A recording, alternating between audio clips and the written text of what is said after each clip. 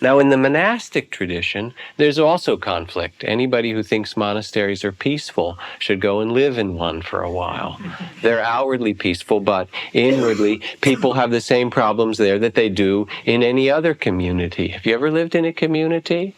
If you haven't, well, you lived in a family, so you know what it's like. It's the same in a monastery.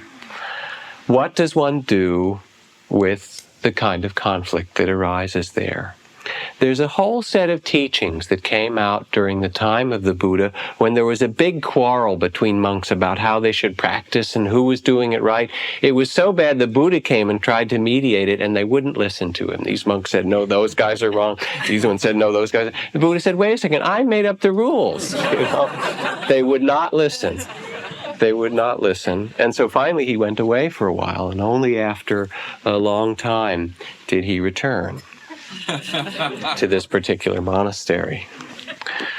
But in this monastery, finally, when they were willing to listen to conflict, they met together with the Buddha and a number of elders.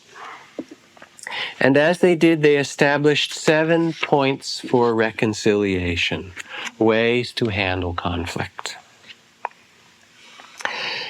The first of these was called face-to-face sitting. In this practice, whatever dispute was there must be stated in front of the entire convocation of monks, with both sides of the conflict present. This is to avoid private conversations about the conflict. Do you know what private conversations are? That influence people for or against one side or another. So the first step is get it out of denial and into the open by face-to-face sitting and stating.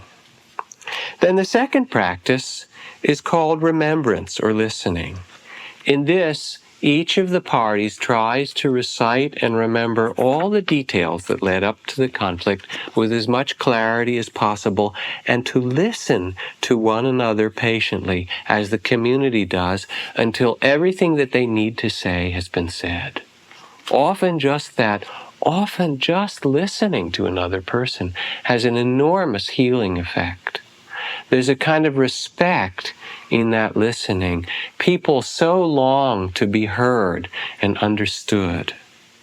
There's quite a wonderful project that was started by some people, I believe, on the peninsula, called the Compassionate Listening Project, who were concerned with conflict around the world and using the principles of listening, have sent teams of delegates who were well-known business people or people in the world of politics and so forth, who were trained in listening to go and listen to the most isolated people in the world. They sent a team to Libya to sit down and listen to Muammar Gaddafi's point of view about what was happening to Libya and the nations around him and his conflicts with them. They sent a team to listen to the Khmer Rouge in Cambodia. They sent a team to Lebanon to hear different factions, and their only task was to go and really understand the point of view of the people there who were the most isolated, and then perhaps bring it back and communicate it to others. So the second step of this is the honoring through listening, not being defensive, not being territorial. You know that move where you're listening, but really what you're listening for is to get your kind of wait to get the wedge of your point of view, and you're waiting for how you can turn it around. But real listening, because you want to understand, where does this person rest? What is their experience? What is their reality? With a lot of compassion.